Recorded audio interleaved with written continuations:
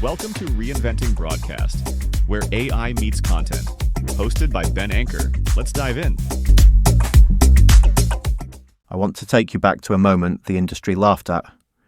November 2018, a conference stage in China. Xinhua, the state news agency, unveils what it calls the world's first AI news anchor. A stiff digital man in a suit, mouth not quite syncing, voice flat as a fire drill announcement. The verdict in every newsroom on Earth was unanimous. Creepy, gimmicky, never going to happen. Well, it is 2026, and in India, the most decorated news anchor of the last 2 years does not exist. In Mexico, one of the biggest broadcasters runs a small family of synthetic presenters with their own fan bases. In China, regional stations are running digital clones of their own famous hosts, and the industry watchers say, this is the year we see entire news programs with no human presenter at all. The laughing stopped. And yes, before you say it, I am aware that a podcast hosted by a man whose actual surname is Anker was always going to have to cover this one eventually. I was going to let you get away with that, but fine, it is on the record now. Start with India, because the claims there sound almost too big. Who is this decorated anchor who does not exist? Her name is Sana, and she belongs to the India Today group, launched a little over 3 years ago, and she is not a novelty segment. She delivers news updates several times a day in multiple languages, has clocked up hundreds of hours of programming, has a slot tied to the 9 p.m. primetime output, and picked up a Global Media Award along the way. The parts of the rundown that used to be a junior presenter's apprenticeship, the weather, the stocks, the horoscopes, are simply automated now. And the group rolled out a whole bench of regional language AI anchors alongside her, because the one thing a synthetic presenter does better than any human is speak 6 languages with the same face.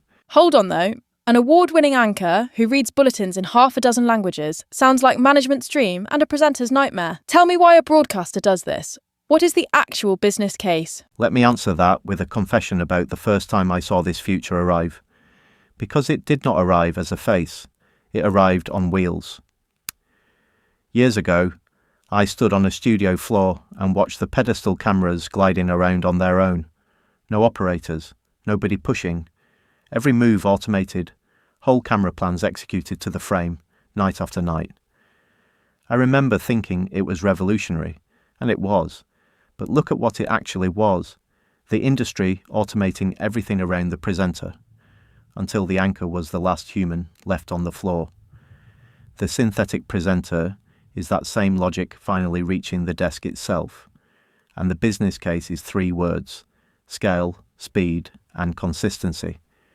Take the Mexican case, because it is the most instructive one I found.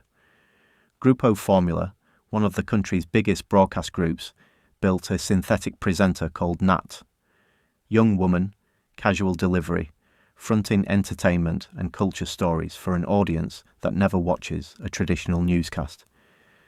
She worked, so they built SOFI for politics and Max for sport. Each avatar fronts 5 or 6 stories a day across the vertical video platforms, and SOFI has had videos clear 1 million views. That is a volume of on-camera output no human presenter roster could sustain at that cost. The machine does not need makeup, does not get flu, and it publishes at the speed of the story rather than the speed of the studio booking.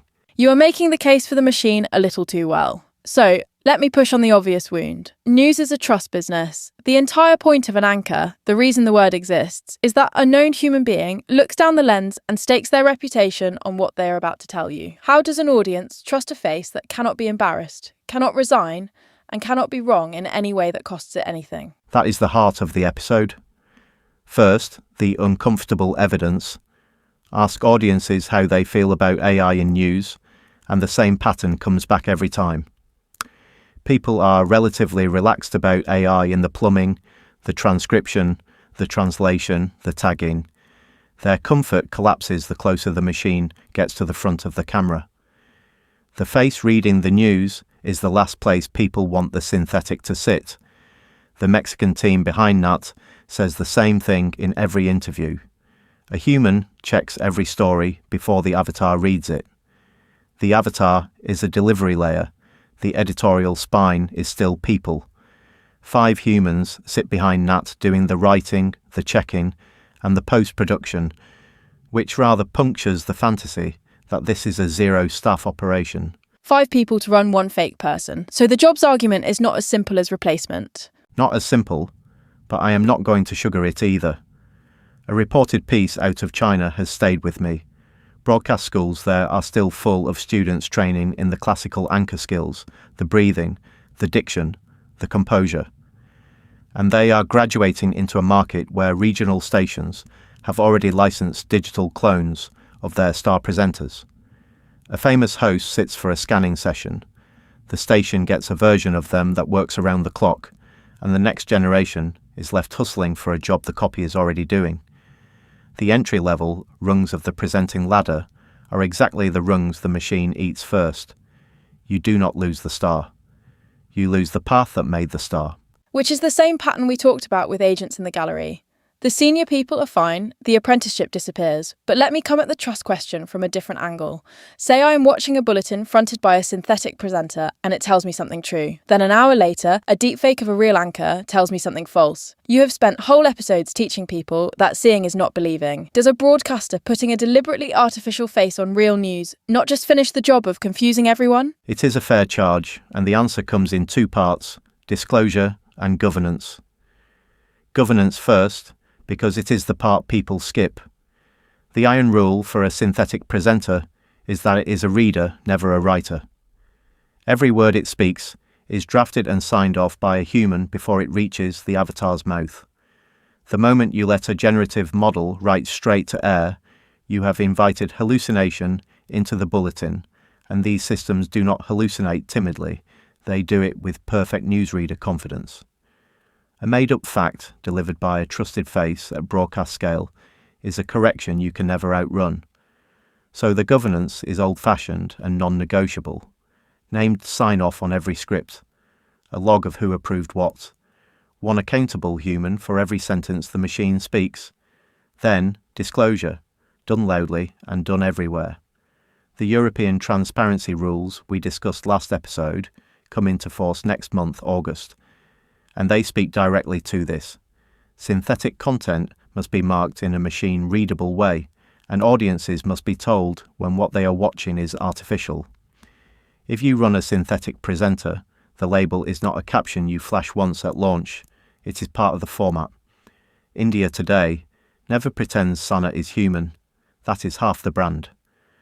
The danger case is the unlabelled clone, the station that quietly renders its retired star reading tonight's headlines and lets the audience assume. That is where trust dies, and after last episode, you know the tools exist to prove provenance either way. Sign what is real, label what is synthetic, never let the audience guess. All right, but even with a label, something is lost, surely. When a real anchor has to steady a country through a terrible night, the fact that a person is doing it, feeling it, is the point. Nobody wants the synthetic face on the night the towers fall or the king dies. No, and I do not believe anyone serious is proposing it. The way through is to be honest about what the anchor job actually contains. Because it was never one job, part of it is transmission. Reading accurate words clearly around the clock, in as many languages as your audience speaks.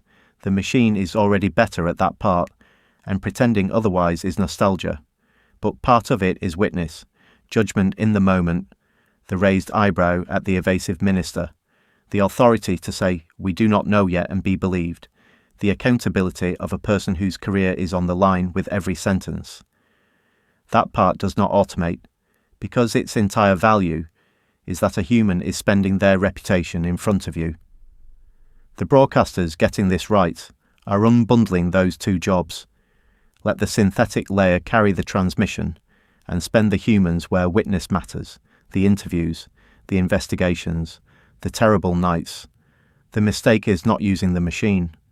The mistake is using it where witness was the product. Map the territory for me then. Beyond the bulletin, where does the synthetic presenter genuinely earn its place?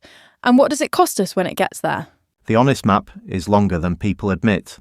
Weather is the obvious one. constant updates, structured data, a hyperlocal forecast for every town in the country at once, travel and traffic, market updates through the trading day, sports results roundups minutes after the whistle, the overnight and weekend bulletins nobody wants to staff, multilingual versioning, even accessibility, signing avatars putting sign language on far more output than interpreter budgets ever reached. Every one of those is a real service audiences will value, and everyone was somebody's job, and more than a job, somebody's craft.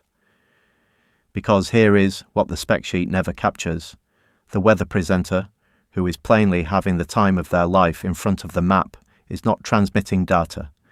They are transmitting delight, and the audience feels it. The pause before a hard story, held exactly as long as the moment deserves. Gravitas on the terrible nights, and simple human joy on the daft ones. The machine can describe the rain. It cannot enjoy it. An industry that automates away every place where a person was allowed to be warm on camera may find it has saved money and spent something it cannot buy back. So, make it Monday morning practical, because a lot of people listening run newsrooms or make talent decisions. What do they actually do with this? 3 things. 1. Write your disclosure policy before you commission the technology, not after. Decide now how a synthetic presenter is labelled on screen, in the feed, and in the metadata, and treat next month's European rules as the floor, not the ceiling. 2. Draw the line in your own output between transmission and witness in writing, so the decision about what a synthetic face may never front is an editorial policy and not a budget accident made at midnight. And 3, if you employ on-screen talent, get the likeness question into contracts today. Who owns a presenter's face and voice? What a scanning session is worth?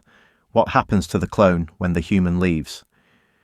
Your star's digital double is a rights negotiation waiting to happen, and it is far cheaper to have it now, calmly, than in a courtroom later. And the students in those broadcast schools, the ones training for the rungs that are disappearing, what do you say to them? That the job is moving, not vanishing. And the ones who thrive will be the ones who understand the machine well enough to stand next to it. The delivery skills alone will not carry a career anymore, because delivery is exactly what got automated. But the judgment, the reporting, the ability to hold a live moment and be trusted in it, those are scarcer than ever. Every technology wave in this industry has killed a craft and created a premium. The premium this time is on being verifiably, accountably human. So, after all that, the machine can read the news. Give me the closing thought. What is an anchor actually for? For exactly what the word says. An anchor is not the thing that moves. It is the thing that holds you steady while everything else does. For 70 years we bundled that steadiness into a person behind a desk, and we are now discovering how much of the bundle was ritual and how much was real.